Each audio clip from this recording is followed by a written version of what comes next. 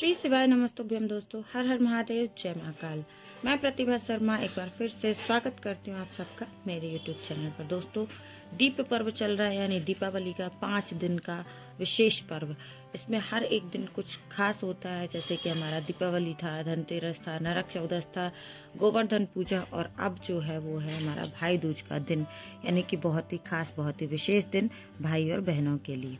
ये होता है भाई बहन का पर्व, इनके प्रेम का प्रतीक और एक दूसरे के लिए सम्मान, रिस्पेक्ट, त्याग सभी कुछ जो है इस रिश्ते में होता है। भाई और बहन का पावन सा पर्व जो है भाई दूज का, इस दिन कुछ छोटे छोटे से उपाय अगर आप करते हैं तो आपका रिश्ता और भी ज्यादा मजबूत बनता है। एक छोटी सी बात, एक छोटी सी कहानी मैं आप सबके साथ शेयर करना चाहूंगी, जो कि भाई दूज के साथ जुड़ी हुई है। कि जब जनरली क्या होता है कि जब राखी होती है, रक्षाबंधन का जो त्योहार होता है, तो सारी बहनें जो है वो अपने मायके जाती हैं राखी बांधने के लिए, ठीक है। लेकिन जो हमारा भाई दूज का त्योहार होता है, यानी कि यम द्वितीया का त्योहार होता है, इस यम द्वितीया के त्योहार पर भाई आते हैं बहनों के घर पर तिलक कराने के लिए।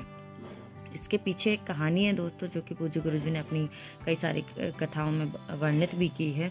और उसका ये प्रावधान है कि जब यमुना जी जो हैं, यमुना जी हमेशा भाई के पास जाती हैं राखी बांधने के लिए और सब चीज़ों के लिए, पर भाई दूज के दिन खुद यमुना जी जो हैं, क्योंकि यमुना जी को यमराज की बहन माना गया है, तो यमुना जी यमराज के पास जाती निमंत्रण देने के लिए कि इस बार आप मेरे पास आएंगे तिलक कराने के लिए। और इस यम द्वितीया के दिन यमराज स्वयं पहुंचते हैं माँ यमुना के पास में तिलक कराने के लिए। और जब वो तिलक करती हैं तो उनकी आंख से आंसू गिर जाते हैं, और तब यमराज बोलते हैं कि बहन मांग तू क्या मांगती है।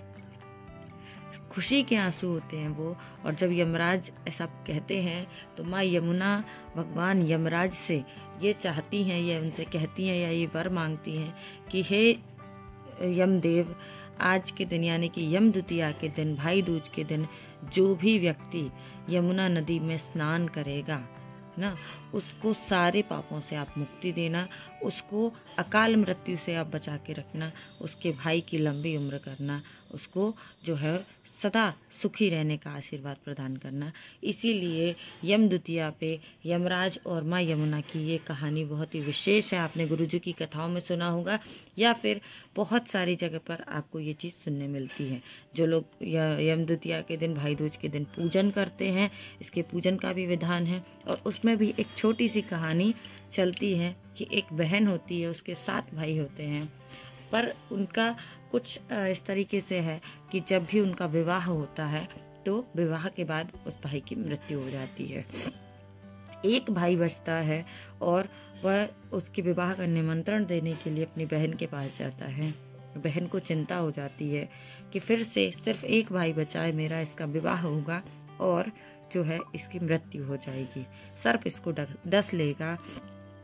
तो इस विचार के साथ में वह बहुत परेशान होती है। वह किसी से मिलती है और वह उनको उपाय बताते हैं कि जिस जिस स्थान पर भाई को जाना है, जिस जिस स्थान पर भाई को काम करना है, उस स्थान पर आप स्वयं आ जाइए। तो इस तरह से जहाँ भी जब शादी होती है तो वृक्ष के नीचे भाई को बैठना होता है, तो बहन वहाँ से भाई को हटा देती है। वो बोलती पहले मैं यहाँ बैठूंगी, बाद में भाई। तो पेड़ की डाल गिरती है, बहन उसको संभाल लेती है। बारात जाती है, रास्ते में भाई को रात में पानी के लिए प्यास लगती है, तो वो कुएं पे जाने लगता है, तो बहन उसको रोक देती है, मैं कुएं से पानी लेकर आऊंगी। वहाँ पे कुएं का पत्थर खिसकता है, वो वहाँ उसको संभाल देती है, पानी लेकर के भाई को आ जाती है, वहाँ उसकी भाई की जान बच जाती है। ऐसे करते करते करते बहुत सारे जितने भी उसके नियम कानून रहते हैं शादी विवाह में, जितने भी जो रहती हैं, उस पे बहन जो है वो हर जगह पहले खुद आती है। जैसे फेरे होने होते हैं तो बहन बोलती है पहले मेरे साथ फेरे होंगे, बाद में भाई के साथ फेरे होंगे। तो ऐसे 7 फेरे में भी बहन आगे होती है, पहले भाई को पीछे कर देती है। ऐसे सारे जितने भी रीति रिवाज हैं, हर जगह पहले बहन आती है, फिर भाई आता है। रात में जब सुहागरात की बारी रहती है तो बहन बोलती है कि पहले मैं जाऊंगी, उसके बाद भाई जाएगा। और जब सर्प डसने के लिए भाई को आता है तो बहन जो है वो उसको मार के भगा देती है, उसको वहाँ से हटा देती है। और फिर अंत में ये समझ में आता है कि जहाँ पर बहन जो है वो भाई की रक्षा कर रही हो, जहाँ पर एक बहन अपने भाई के आगे खड़ी हो, तो उस भाई का कुछ भी कोई नहीं बिगाड़ सकता है। उस भाई का अच्छा ही होकर रहेगा। उस भाई के जीवन में बुरा होने से उस बहन को जो है, वो बहन जो है उस भाई के जीवन में बुरा होने ही नहीं देती है। तो यम द्वितीया का जो पर्व है ये भाई बहन के रिश्ते का पर्व है दोस्तों। और एक छोटी सी कहानी के माध्यम से मैंने आपको बताया। चलिए, उम्मीद करती हूँ कि ये जानकारी आपको अच्छी लगी होगी। अब मैं बात कर लेती हूँ एक छोटे से उपाय के बारे में, जो कि आपको यम द्वितीया के दिन करना ही चाहिए। भगवान यमराज का ध्यान स्मरण करते हुए दोस्तों आपने एक चौमुखी दीपक बनाना है, यानी कि आटे का दीपक। आप इसमें मिट्टी के दीपक का प्रयोग नहीं कर सकते। आपने सिर्फ और सिर्फ आटे का चौमुखी दीपक बनाना है। और चौमुखी दीपक में 4 बत्तियां होंगी, क्योंकि हमें इन्हें चारों तरफ से प्रज्वलित करना है दोस्तों। आज यम द्वितीया का दिन है। भगवान यमराज का स्मरण करते हुए शाम के समय आपको इस दीपक को प्रज्वलित करना है। और कहाँ करना है? अपने घर के बाहर, यानी कि मेन गेट के बाहर आपने निकलना है। और जब मेन गेट के बाहर आप निकल जाते हैं तो अपने उल्टे हाथ की तरफ, ठीक है, यानी कि आप गेट से अगर अंदर आते हैं तो आपका सीधा हाथ हो जाता है, और अगर आप गेट से बाहर निकल रहे हैं तो अपने उल्टे हाथ की तरफ। तो आपने उल्टे हाथ की तरफ में ये अपने दीपक को हाथ में लेना है, चौमुखी दीपक को प्रज्वलित करना है और उसमें सरसों का तेल डालना है। ये बात ध्यान रखिएगा दोस्तों कि सरसों के तेल को डाल करके आपको इस दीपक को प्रज्वलित करना है। यमदेव का स्मरण करना है, उनसे ऐसी कामना करना है कि हे यमराज, हमारे घर पर, परिवार पर अपनी कृपा बनाए रखना और किसी की भी हमारे घर में अकाल मृत्यु ना हो, ऐसी आपकी दया दृष्टि बनी रहे। अकाल मृत्यु किसे कहते हैं दोस्तों?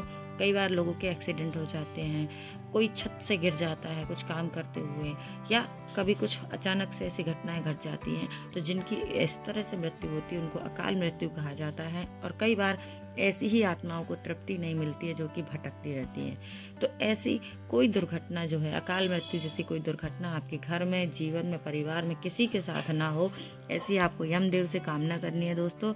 और एक बात आपको 1000 बार मैंने शायद बताई है वीडियो में, पूज्य गुरुजी ने भी बताया है कि कोई भी दीपक जो है वो सीधा धरती पर नहीं रखा जाता है। धरती माता 2 चीज़ों को सहन नहीं कर पाती हैं। एक तो जो लोग बहुत जोर जोर से पैर पटक पटक के चलते हैं, तो ये जो है वो पैर पटकना गुस्से में या पैर पटक के चलना, ये धरती माता सहन नहीं कर पाती है। और दूसरा जो है, दीप जो आप डायरेक्ट जमीन पर रख देते हैं, वो उसकी ताप को धरती माता सहन नहीं कर पाती। इसलिए आपने हमेशा देखा होगा कि जब भी हम कलश की स्थापना करते हैं, जब भी हम कोई दीपक रखते हैं, तो उसके नीचे अनाज के कुछ दाने रखे जाते हैं दोस्तों। तो इस दीपक के नीचे आपने रखना है काली तिल, ठीक है, क्योंकि हम यमदेव के लिए कर रहे हैं। आप इसके नीचे काली तिल रखिएगा और काली तिल रखने के बाद आपको अपने घर के दरवाजे के सीधे तरफ, है ना, सीधे हाथ की तरफ, जब आप घर में एंटर कर रहे हैं दोस्तों, तो आपके हाथ के सीधी की तरफ आपको इस दीपक को रख कर के प्रज्वलित करना है, यमदेव का ध्यान करना है दोस्तों। और इस छोटे से उपाय को अगर आपने आज कर लिया तो ये मानिए कि आपके घर में, आपके जीवन में, आपके परिवार में यमदेव का कोई कष्ट नहीं होगा। आपके जीवन में कोई भी जो है वो अकाल मृत्यु को प्राप्त नहीं होगा और महाराज यमराज की कृपा जो है वो आपके ऊपर बनी रहेगी। तो दोस्तों, इस यम द्वितीया के दिन मैंने एक छोटी सी कहानी के माध्यम से आपको ये बताया कि इस यम द्वितीया का कितना कुछ महत्व है, क्यों भाई आते हैं आज के दिन बहनों के घर तिलक लगाने के लिए, उनका भोजन करने के लिए।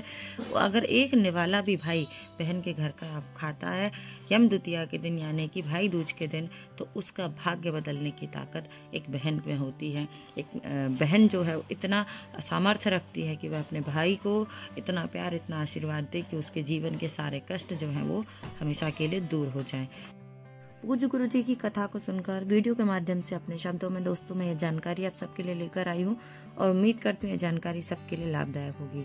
तो अगर वीडियो थोड़ा सा भी अच्छा लगे तो इसे लाइक कीजिए, ज्यादा से ज्यादा लोगों तक शेयर कीजिए और चैनल को सब्सक्राइब सभी को करना है। पहली बार मेरे चैनल पर आए तो बेल आइकन को प्रेस जरूर कीजिएगा और ऐसी ही महत्वपूर्ण जानकारियां देखने और सुनने के लिए मेरे साथ बने रहें। तब तक के लिए श्री शिवाय नमस्तुभ्यम दोस्तों। हर हर महादेव, जय महाकाल। और एक बार फिर से आप सभी को भाई दूज पर्व की अनंत अनंत अनंत शुभकामनाएं। हैप्पी भाई दूज।